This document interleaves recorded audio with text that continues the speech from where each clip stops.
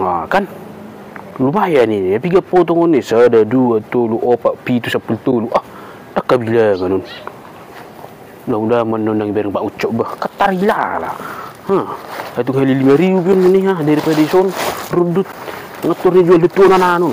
Awi rubeng anu kan mermunja. Ai dotong. Ala rudut son. Tarilah nong posisi garis menurut dua.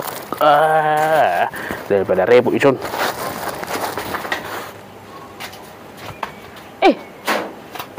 Ucok, lo tuh apa bunga hoi? Neng do mau Ucok. Neng do masuk Pak Ucok, Neng tuh dia bonom ya keburuk-buruki. Senarang ada belum nyon. Neng peninggat tuh do mau Ucok karena bereng sunguna. Bereng nenek kan dang baga nane pajumuran na jadi ido maksud tuh makana neng peninggat do mau Ucok ido. Neng peninggat nomu, Basi ko pala tuh ni benom mo sudah susu ni hoi ringgan ne.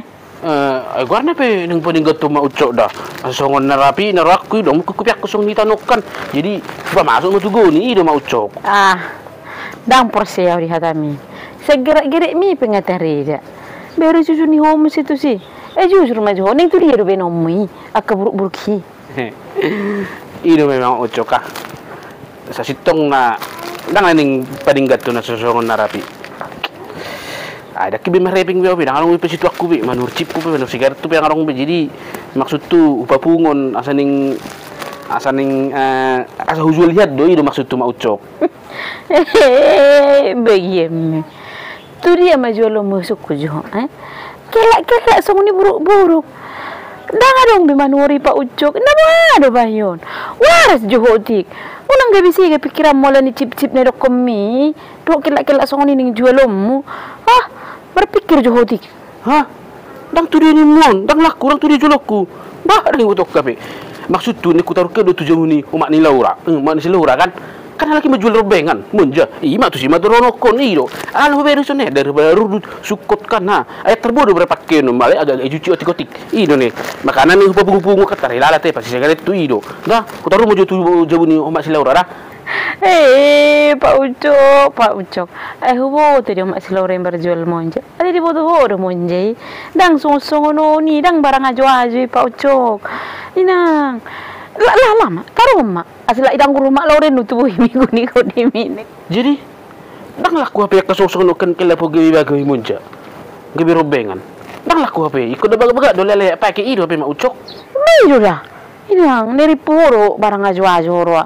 Tete mama sih. Sutung gawe malen aku di mak Laura taruh ko tujuh bulan sunguni. So mei lah ho. Neri puro na murah-murah monje. Ne baga do sudi barang ni si foto ho. Na sumilon hulan-hulan ni cip-cipo dok pala kelak pening jualomu. Makana ka rejo ho, nang malas suka rejo. Mersogo kelak po pengening jualomu. Mersogo pek ke beju ni lamarian sisi nama taruh namui tang dinere. Susu ni. Sumei lah ho. Begini ama mereka. Gagal rencanaku. Pulak akan kelak semua dibagi bimun jawang na robengan. Tapi ketong lebih baga-baga dia berkualitas. Ale layak pakai. Urip pulak pun nakis yang orang. Pahe. Nggak sudah biar menurut sigaret. Nggak sudah biar orang pasti itu aku. Nggak sudah hujuran deh cuma Laura. Tahe.